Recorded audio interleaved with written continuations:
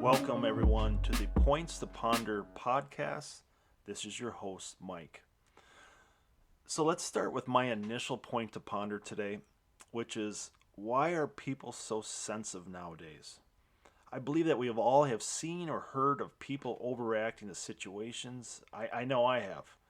And why is that? Why do people appear to be so much more sensitive nowadays than it may perhaps than in the past? My personal answer to this question has three parts. Those three parts would be what is called, for starters, a concept creep. The second point would be victim mentality, and then my third part would be a condition called simply highly sensitive people. So let's start with what has been coined as concept creep. Concept creep is when a person believes that situations such as abuse, bullying, trauma, addiction, and prejudice have expanded definitions or interpretations, so to speak. And therefore, the person believes that the potential harm from these situations is greater. Concept creep has been the most notorious use of sensitivity because of its adverse application, meaning that it goes against historical intuitive norms. In a 2016 article by Connor Friedersdorf in The Atlantic, he uses an example. Quote, during the 1950s, third graders could walk to school, play alone at the park, or bike 10 minutes to a friend's house without anyone worrying or objecting, so long as they came home for supper or before the streetlights came on. Today, though kidnapping is just as rare, a parent who allows that same behavior is at risk of being arrested or even losing custody of their children to their state's child protective services. And this is all very true. I believe we've all seen similar situations. Another example of concept creep would involve bullying. The concept of bullying has expanded further into social media, online gaming, into schools, and into workplaces. Bullying in today's world doesn't have to meet the traditional sense of the word. It can be simply someone not getting their way or someone who was unintentionally excluded. I had a student tell me once that he felt that there was much bullying that occurred on the online game Fortnite. When I asked the student how Fortnite was different from any other online game where the players are all trying to win, either as individuals or as teams, the student didn't know how to respond. When I'd asked him that, he was confused. In the student's mind here, in this situation, the interpretation of bullying expanded to include situations where he was at a disadvantage. So on to our second part as to why people are so sensitive nowadays. And for this second part, I would refer to it as the victim mindset, also called the victimhood mindset, where a person believes that they are always at a disadvantage due to factors beyond their control. To quote Scott Barry Kaufman's article in Scientific American, quote, researchers have found that victimhood consists of four main dimensions. 1. Constantly seeking recognition for one's victimhood. 2. Moral elitism. 3. Lack of empathy for the pain and suffering of others. And number 4, frequently ruminating about past victimization. In this list, the word empathy comes up once again, folks. And we've discussed, even in our first podcast, why declining empathy levels are behind the current struggles in our society. Now for a few of my own personal stories on the victim mindset. I have seen many situations, both with adults and with youths, where the victim mindset was used as a tool for power or control. If a child says the phrase, quote, I am being bullied, end quote, parents and authority figures come running. And oftentimes this is a learned behavior. Both when I was a manager in the private sector and the public sector, I have seen where people have learned the power of pretending to be a victim. I distinctly recall a situation I had in the private sector. I had two staff members get into an argument, but no one else saw the argument. I interviewed both parties and then tried to arrange a meeting for all of us to sit down and discuss the situation. One of the two men refused to sit down and talk about the matter. Even before this particular situation, the same staff member was new to the company and already wanted bigger and brighter things beyond his current position. And in his current position, he was beginning to fall behind with his work duties. So, long story short, this same staff member refused to settle the argument issue and began to fall further behind in his work duties to the point which it was going to affect his employment. At which time, the staff member complained above me about being a victim and was subsequently given a raise and moved to another department. I was then forced to shoulder his additional workload until I hired a new staff member.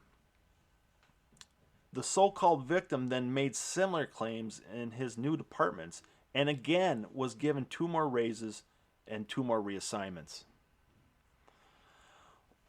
For another example, when I worked for the government, I either witnessed or heard numerous stories about employees who made baseless accusations against their supervisors and or their general working situation, just so those employees could be the victims and the ones who were truly in power.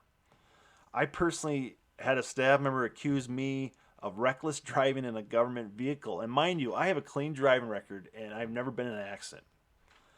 The accusation was made the day after we had one-on-one meetings to discuss a reorganization of office programs, which none of the staff wanted, but my direct supervisors required me to move forward with. So, which leads us to our third part in this discussion about why people are so sensitive nowadays, and that is due to a condition called simply highly sensitive people.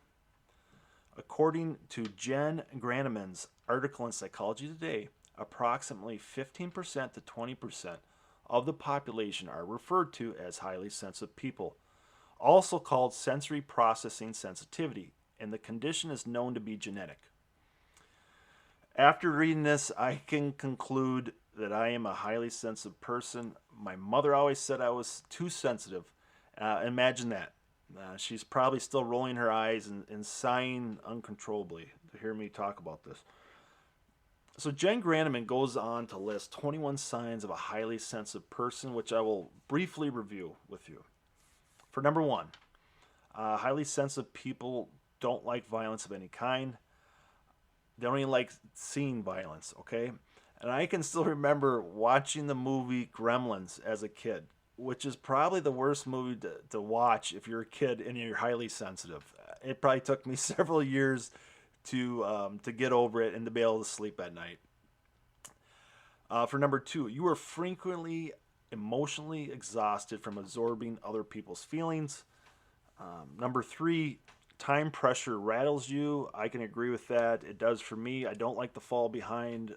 I like to leave myself plenty of a time buffer with my assignments. Number 4, you withdraw often for personal downtime. I agree with that. Being highly sensitive, it's like you have to recharge, reset. Number 5, you're easily startled. I don't know if that applies to me. Number 6, you think deeply. And I know me personally, I certainly do. Number 7, you're a seeker for the big questions in life. Absolutely, I would agree with that. Number 8, sudden loud noises startle you.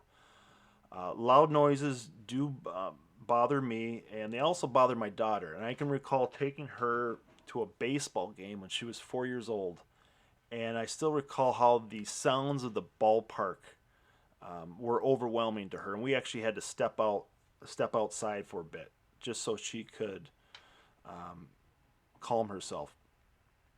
Number 9, your clothing matters. I laugh at this because yes, it does. And my wife still gives me a hard time because of my extensive wardrobe. And my daughter, again, we talk about genetics, and my daughter is also particular about her clothing. Number 10, your pain tolerance is less. This one I don't know about that. Number 11, your inner world is alive and present. Yes, I always have many projects going on the side. 12, Change can be upsetting. Yeah, to a certain degree. There are certain things, just with any of us. I don't think anyone really likes change. Number 13, sometimes your environment can be overwhelming. As I said, yes, if it's a situation with a lot of stimulation, a lot of activity, a lot of noises, I'm very sensitive to that. Number 14, you're misunderstood. Yes, absolutely. Highly sensitive people can be mislabeled and misinterpreted as shy, anxious, standoffish, aloof, indifferent, when really they are absorbing and processing all of the stimuli. 15, you get hangry easily, which is anger stemming from being overly hungry. I think so. But to be biased, my wife is far worse than I am. I've watched her drive over a median because she was so hangry. And finally, after not being able to make up her mind where she wanted to eat that day, she quickly veered over a median to the closest restaurant. That did happen. Number 16, highly sensitive people are very sensitive to caffeine and other stimulants. Yeah, no comment. Number 17, conflict is your poison. I would agree with that because we absorb it so deeply. It sticks with us for a long time. Criticism is a dagger again. Um, Based on my previous response, yes, because we absorb it so deeply. Number 19, you're conscientious and want to give things your best. Absolutely. You can talk to any of my direct supervisors over the years, and I've had many, but you can talk to them, and they'll tell you I've always worked hard. I always want to do my best. Number 20, you're deeply moved by beauty, such as the arts. Yes, I was the writer for many years and won several awards. So yeah, I would agree with that. Number 21, you're perceptive and catch things that others miss. Without a doubt, yeah, I agree with that. So, folks, that concludes our episode on why are people so sensitive nowadays. And just to recap, people are sensitive nowadays due to either concept creep, a victim mentality, or they genuinely have a genetic condition where they are highly sensitive. That's all that I have today, folks. Hopefully, I got everyone thinking on the subject. And as always, our stories matter. And thank you for listening to Points to Ponder. This is Mike signing off. Take care and see you next week.